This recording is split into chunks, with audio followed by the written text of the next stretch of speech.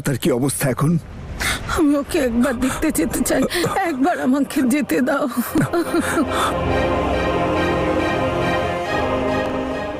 দাদা, অদিত ভিতরে আছে, আমি ওকে ভিডিও কল করছি।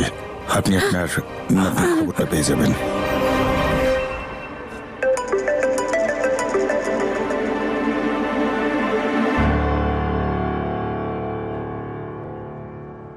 হ্যাঁ ড্যাড। নম্রতার দাদু দিদা এখানে রয়েছেন। ও কেমন আছে জানতে চান। কোনো চিন্তার কারণ নেই তো? সব ঠিক আছে?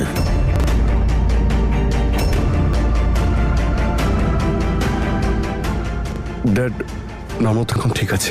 আমি দেখাচ্ছি নম্রতাকে।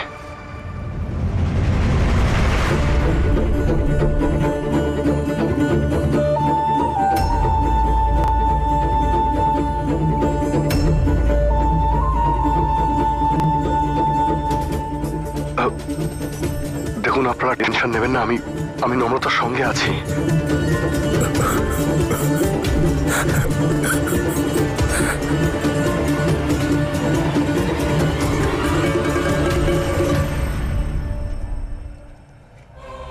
পাবলিকের মধ্যে জনপ্রিয় আর এই ইলেকশনের মরশুমে সব থেকে এগিয়ে যিনি ছিলেন মিস্টার অদিতের ওয়াইফ মিসেস নম্রতা আজ একটি অগ্নি দুর্ঘটনায় গুরুতর আহত হয়েছেন। নম্রতা আবার কিচ্ছু না করে সবার সিম্প্যাথি করলো। ওর যতই খারাপ করার চেষ্টা করি ওর সেই ভালোই হয়। মল্লিকাকে নিশ্চয়ই দেখেছে। অদিতের সাথে যে ওর অ্যাফেয়ার চলছে সেটা কি নম্রতা জানতে পেরে গেছে?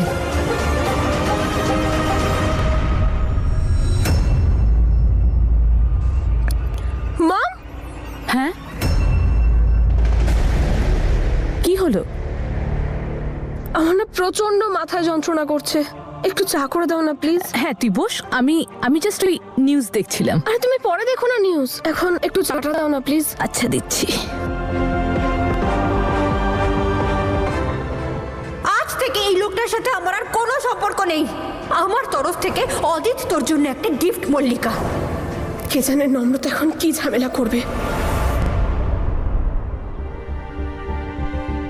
Don't worry mister Adit, MRI report চলে এসেছে। সেরকম মেজর কোনো ড্যামেজ নেই, সামান্য সোয়েলিং আছে ব্যাস। ওষুধ কাজ করতে একটু তো সময় নাই, তাড়াতাড়ি জ্ঞান চলে আসবে। Thank you doctor. জ্ঞান ফিরলেই ও সব ফাঁস করে দেবে, সবাইকে চিৎকার করে বলবে যে আমি কি করেছিলাম।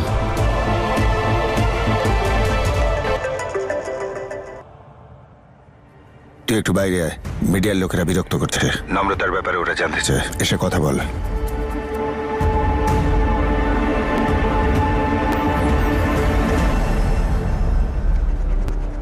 নম্রতা, আমি মিস্টার অদিতের ওয়াইফ। উনি এখন এমার্জেন্সি রুমে আছেন, ওনার সঙ্গে কেউ দেখা করতে পারবে না। দেখুন, আমার দেখা করা খুব প্রয়োজন, আপনি প্লিজ বলুন। Okay sir, this side. ওই কি করেছিস তুই নম্রতার সাথে? আমি কি করেছি? আমি জানি ও তোর সাথেই ছিল। বল, ফার্ম হাউসে কি করে আগুন লাগলো? বল কি করেছিস তুই ওর সাথে? হোয়াট ডু ইউ মিন আমি কি করেছি? বেশি স্মার্ট হওয়ার চেষ্টা করিস না। দেখ অদিত, আমি জানি নম্রতা তোর সাথেই দেখা করতে গিয়েছিল ফার্ম হাউসে।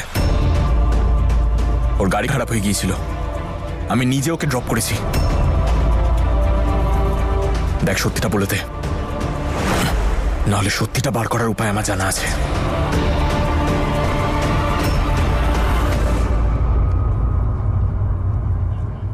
দেখুন এসপি শান, আপনাকে কোনো উত্তর দিতে আমি বাধ্য নই, কিন্তু আপনার মনের শান্তির জন্য এটা বলে দিচ্ছি যে আমি আমার প্রেগনেন্ট ওয়াইফের সঙ্গে ফার্ম হাউসে ছুটি কাটাতে গিয়েছিলাম। হঠাৎ করে ক্যান্ডেল কার্পেটের মধ্যে পড়ে আর আগুন লেগে যায়। এবার খুশি? ওখানে যা হয়েছে সেটা একটা অ্যাক্সিডেন্ট, আর সেটা যে কারোর সঙ্গেই হতে পারতো। আচ্ছা, অ্যাক্সিডেন্ট ছিল, ক্যান্ডেল কার্পেটে পড়ে গেল আর আগুন লেগে গেল। হ্যাঁ, আমি গিয়েছিলাম ওখানে দেখার জন্য। দেখে তো মনে হলো না ওখানে কোনো ক্যান্ডেল পড়ে এতটা ভয়ঙ্কর আগুন লাগতে পারে। গল্পটা ভালোই বানিয়েছিস। গল্প মানে কি বলতে চাইছো? গল্প মানে তুই ভালো করে। এই যে এসপি শান, আপনাকে এখানে ডিউটি করার জন্য পাঠানো হয়েছে তো? গুড জব, খুব ভালো ডিউটি করছেন আপনি। ওই রিপোর্টারদের কন্ট্রোল করুন, ওরা আমার বৌমার শারীরিক অবস্থার কথা জানতে উৎসুক।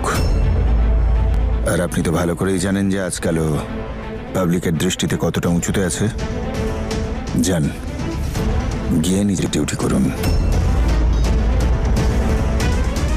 আর তুই রিপোর্টারদের সাথে যা কথা বলার বলে নে, ডাক্তারের কাছে যেতে হবে। চ।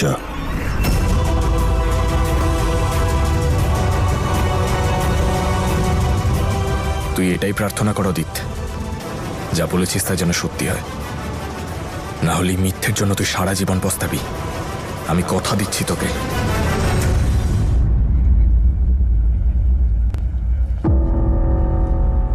তুই কান খুলে শুনে রাখ, এই যে তুই মিডিয়াকে আর অন্য লোকেদের সব গল্প শোনাচ্ছিস না, সেটা তুই আমাকেও যেন বলতে আসিস না। আমি তো বাবা, যদি ঈশানের সন্দেহ সঠিক প্রমাণিত হয় তাহলে তুই তো শেষ। এবার ফার্ম হাউসের আসল ঘটনাটা আমায় বল। উপরওয়ালা, আমাদের মেয়েটাকে রক্ষা করো। ও মা হতে চলেছে, এই অবস্থায় ও যে পরিস্থিতিতে আছে। উপরওয়ালা, রক্ষা করো মেয়েটাকে।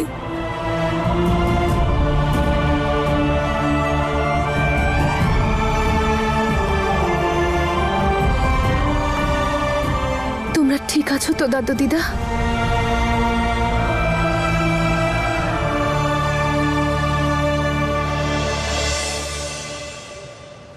এটা প্রসাদ। আমি গুরুদ্বারে গেছিলাম নম্রতার জন্য প্রার্থনা করতে।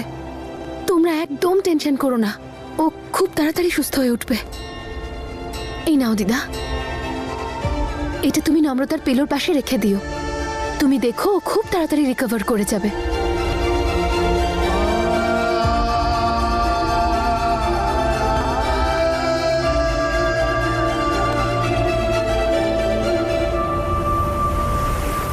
আরে মাথা মোটা, এতটা বোকামি তুই কি করে করলি? তুই জানিস একজন আসল পলিটিশিয়ান তাকে বলে যে অন্যের বাড়িঘর জ্বালিয়ে নিজের শরীর গরম করে। তুই তো উল্টোটা করছিস।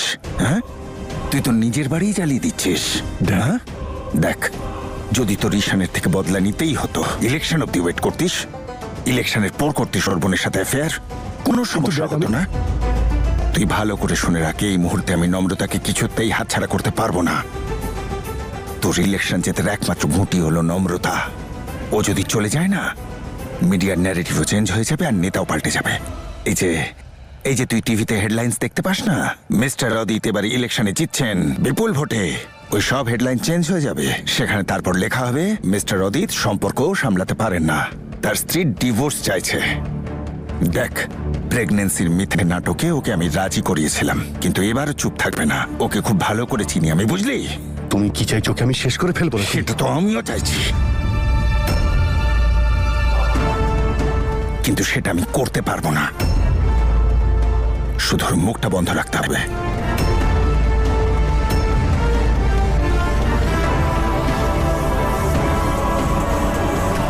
সিস্টার, আমায় একবার মেয়েটাকে দেখতে দিন। I am sorry ma'am, but আপনি ভেতরে যেতে পারবেন না, ভেতরে যাওয়া অ্যালাউড নয়। আমি ওর দিদিমা, ও আমার নাতনি। আমি জানি আমার কথা শুনলে ওর জ্ঞান ফিরবে। ব্যাস 2 মিনিটের জন্য প্লিজ। আচ্ছা ঠিক আছে, কিন্তু দুজনের মধ্যে একজনই ভেতরে যেতে পারবেন। শোনো, তুমি ভেতরে যাও, আমি ডাক্তারবাবুর সাথে দেখা করি। যাও।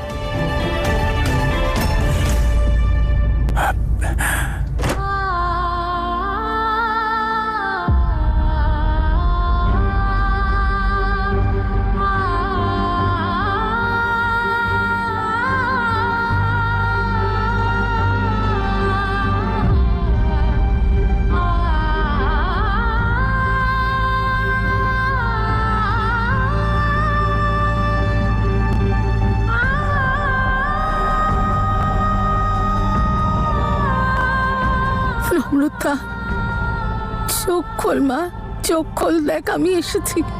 তোর কিচ্ছু হবে না সোনা। তুই কারুর কখনো ক্ষতি করেছিস যে তোর ক্ষতি হবে? দেখিস, উপরওয়ালা তোর পাশে থাকবেন, ভালো মতন তোর পাশে থাকবেন। তুই একদম ভালো হয়ে যাবি সোনা, একদম সুস্থ হয়ে যাবি। ওর কোনোভাবেই যেন জ্ঞান না ফেরে, যাতে ও কাউকে কিচ্ছু না বলতে পারে, বুঝলি? তুমি কি বলছো? ওর যেন জ্ঞান ফিরে না আসে? ওর তো জ্ঞান ফিরে আসবেই। ব্যাস, সেটাই তো বলছি তোকে বারবার। একটু বুদ্ধি করে কাজ কর তুই। মিডিয়ার সাথে দেখা কর, গিয়ে বল যে তোর স্ত্রী এখনো জ্ঞান ফেরেনি, আর সেই কারণে তুই খুব আপসেট। বাকিটা আমি সামলে নিচ্ছি। আমি দেখছি যাতে ঈশান আর ওর দাদু দিদা ওর সাথে দেখা করতে না পারে, কারণ যদি দেখা করে একবার, তাহলে তুই সারা জীবনেই ইলেকশন জিততে পারবি না। তোর স্বপ্নটা স্বপ্নই থেকে যাবে।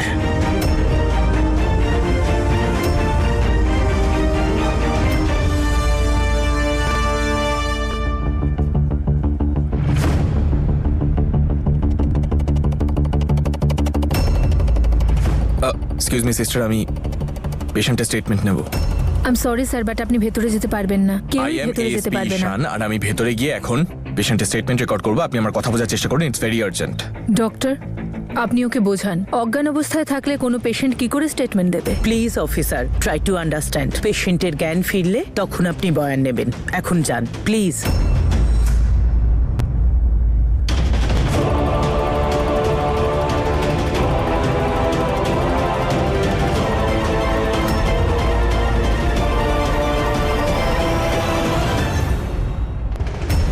চোখটা খোল না রে মা, ওর যেন কোনোভাবে জ্ঞান না ফেরে, যাতে ও কাউকে কিচ্ছু বলতে না পারে। আমার সাথে কথা বল। এটা কি করছেন আপনি? মানে আমি বলতে চাইছি, নম্রতার জ্ঞান নেই, আর আপনি এত টেনশন নিলে আপনার তো শরীর খারাপ হয়ে পড়বে। ওর কিচ্ছু হবে না, আমি তো আছি ওর সঙ্গে। আপনি আসুন, আসুন বাইরে চলুন।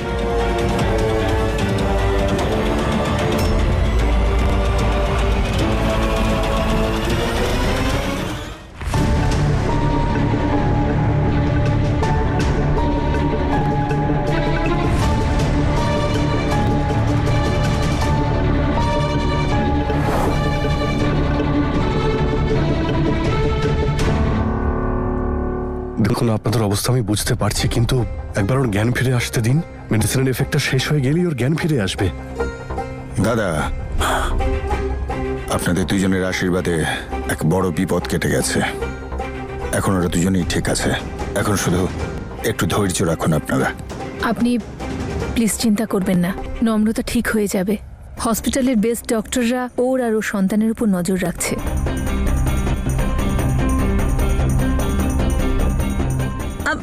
হ্যাঁ, আমাদেরও তো চিন্তা হচ্ছে নম্রতার জন্য। ও আমাদের বংশের প্রদীপকে জন্ম দিতে চলেছে। ওর কিচ্ছু হতে দেব না আমরা, বিশ্বাস করুন। হে উপরওয়ালা, নম্রতাকে ঠিক করে দাও। তুই থাম নিরু, কন্ট্রোল ইয়োরসেলফ। উপরওয়ালা সব ঠিক করবেন। হ্যাঁ, ওনাদের বাড়ি ছেড়ে দিয়ে আয়। ওনারা অসুস্থ হয়ে পড়লে নম্রতাকে কি জবাব দেব? আসুন দাদু দিদা, আপনাদেরকে বাড়ি না ছেড়ে না আসি। না না, আমরা কোথাও যাব না। যতক্ষণ না মেয়েটার জ্ঞান ফিরছে আমরা কোথাও যাব না। দেখুন, আপনারা নিখিলের সঙ্গে বাড়িতে যান। নম্রতার জ্ঞান ফিরলেই আপনাদের আমি ফোন করব। হ্যাঁ নিখিল, প্লিজ। না বাবা, আমরা কোথাও যাব না, আমরা এখানে অপেক্ষা করব। আপনারা প্লিজ এখানে ভিড় করবেন না, ওয়েটিং রুমে গিয়ে বসুন।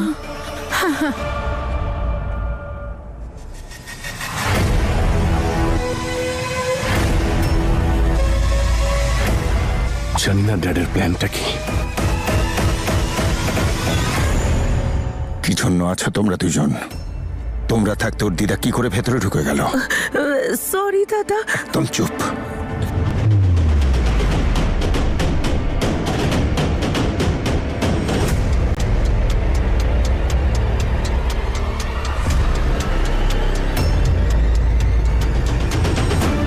এই অদিত আর ওর ফ্যামিলির লোকজন নম্রতার কাছ থেকে সরছে না কেন? আসল ব্যাপারটা কি? যদি নম্রতার এই অবস্থার জন্য এরা দায়ী হয়, তাহলে আমি এদের কাউকে ছাড়বো না।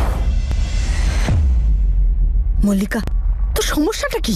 তখন থেকে ফোনটা অফ করে রেখেছিস, আমায় ফোন করিসনি কেন? কারণ আমি কল করার প্রয়োজন মনে করিনি। মল্লিকা, ওই ফার্ম হাউসে আগুন লেগে গেল আর তুই আমাকে অ্যাটিটিউড দেখিয়ে আমার মাথাটা গরম করে দিচ্ছিস। হ্যাঁ, আগুন ফার্ম হাউসে? কি করে? তুই কিছু জানিস না কেন? মল্লিকা, তুই থাকিস কোথায়? আরে নিউজ চ্যানেলটা অন কর তাড়াতাড়ি। কি করি? ওই নম্রতা আবার আমার ব্যাপারে কিছু বলে দেয়নি তো?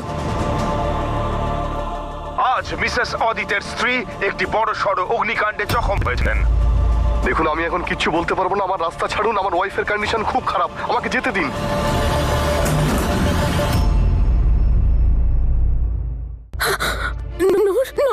নম্রতা ঠিক আছে? ওর কিছু হয়নি তো? কেমন আছো? নম্রতা ঠিক নেই। হ্যাঁ, কিন্তু তোর ভাগ্যটা খুব ভালো, কারণ নম্রতার এখনো জ্ঞান ফেরেনি, আর তোর ব্যাপারে এখনো কেউ কিচ্ছু জানতে পারেনি। তোদের তিনজনের মধ্যে ওখানে কি হয়েছিল, আর ওখানে আগুন কি করে লাগলো? আরে আমি জানি না ওখানে কি হয়েছিল, আমি তো আগেই বেরিয়ে গেছিলাম, আমি কিচ্ছু জানি না। তার মানে এই অগ্নিকাণ্ডটা অদিতের জন্যই হয়েছে। 100% অদিতই কিছু একটা করেছে। আচ্ছা মল্লিকা, এসব ছাড়, ওটা বাদ দিয়ে আর যা যা হয়েছে তার পুরো ডিটেলসটা এক্ষুনি আমাকে দে। নূর,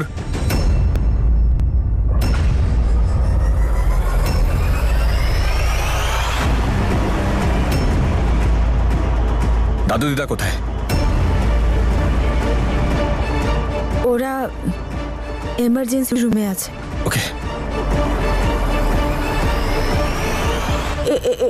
এটা কি দাদার গলার আওয়াজ? দাদা ওখানে আছে? অফকোর্স মল্লিকা, ঈশান সেখানেই থাকবে যেখানে নম্রতা আছে।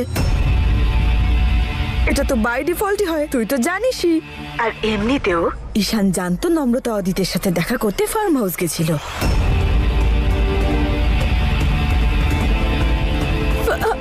আরে কিন্তু কি করে দাদা? আমি অদিত আর ঈশানকে কথা বলতে শুনেছি। আমি জানি নম্রতা তোর সাথে দেখা করতে এসেছিল ফার্ম হাউসে। ওর গাড়ি খারাপ হয়ে গিয়েছিল, আমি নিজে ওকে ওখানে ড্রপ করেছি। উপরওয়ালা, যদি দাদা একবার আমার আর অদিতের অ্যাফেয়ারের ব্যাপারে জানতে পারে, আমাকে তো শেষ করে ফেলবে। নম্রতার এই অবস্থার জন্য যে দায়ী, তাকে আমি শেষ করে ফেলবো।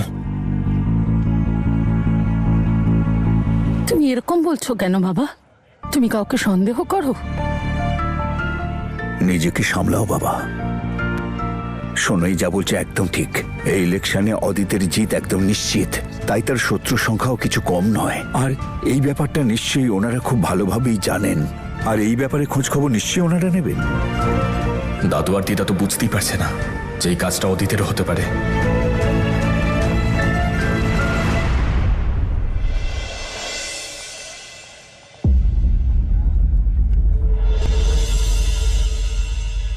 একবার যদি ওকে দেখতে পারতাম।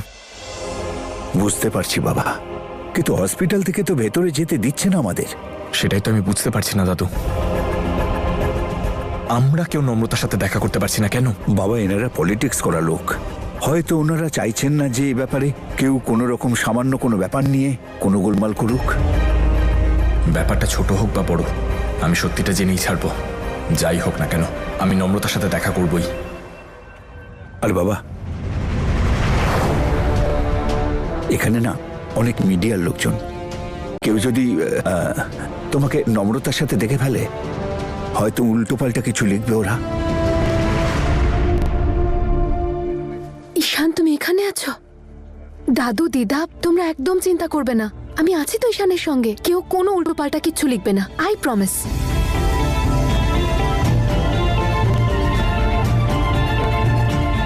দাদু দিদা, আমি আসছি। আর যদি তোমরা কিছু জানতে পারো তাহলে প্লিজ আমায় ইনফর্ম করো অবশ্যই।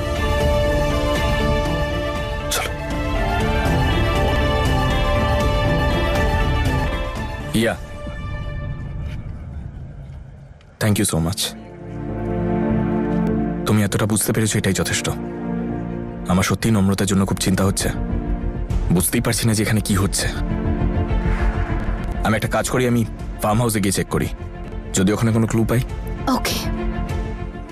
আমি না তোকে বিশ্বাস করেই ভুল করেছি, তোর কথা শুনে ফার্ম হাউসে যাওয়াটাই আমার উচিত হয়নি। এখন সব গন্ডগোল হয়ে গেল। হ্যালো মল্লিকা, এটা তোর প্ল্যান আর আমাকে ব্লেম করছিস কেন? তোর ইচ্ছে করছিল না অদিতের সাথে দেখা করতে, হ্যাঁ? আর তুই প্ল্যান অনুযায়ী চলিসনি কেন? কে বলেছিল তোকে ওখানে আগুন লাগাতে? হ্যাঁ, আমি আগুন লাগাইনি নূর। ছাড়, অদিত কোনো ঝামেলা হতে দেবে না মল্লিকা। ও নিজের প্রাণ দিয়ে দিতে পারে নিজের ইমেজ বাঁচানোর জন্য, বুঝলি? আমায় কেউ ডাকছে, আমি আসছি। এটা আমাকে জানতেই হবে যে আগুনটা লাগলো কি করে।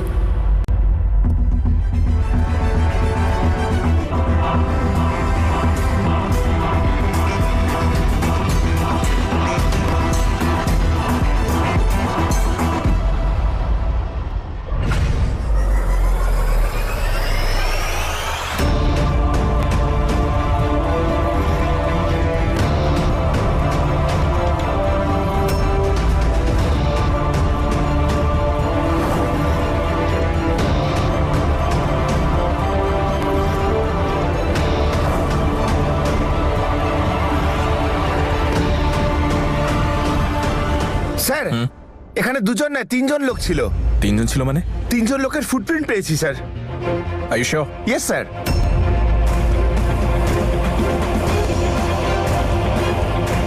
তিনজন? তৃতীয় লোকটা কে হতে পারে?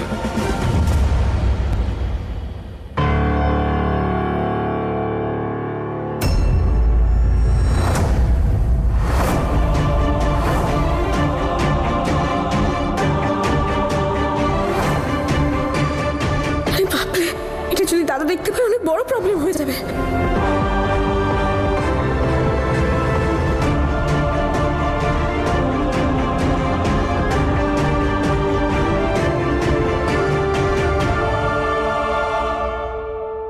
যাক বাবা, নূর একটা কথা তো ঠিকই বলেছে। যদি সত্যিটা বেরিয়ে আসে তাহলে সব থেকে বেশি প্রবলেমে তো অদিত পড়বে, আর ও এটা একদমই হতে দেবে না।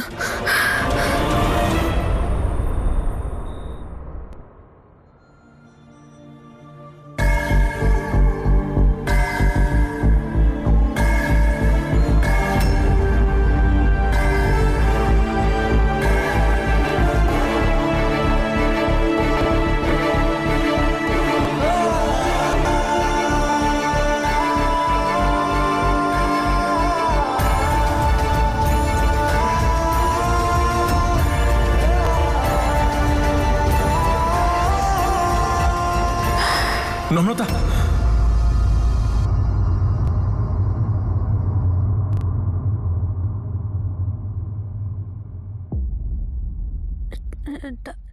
দাদু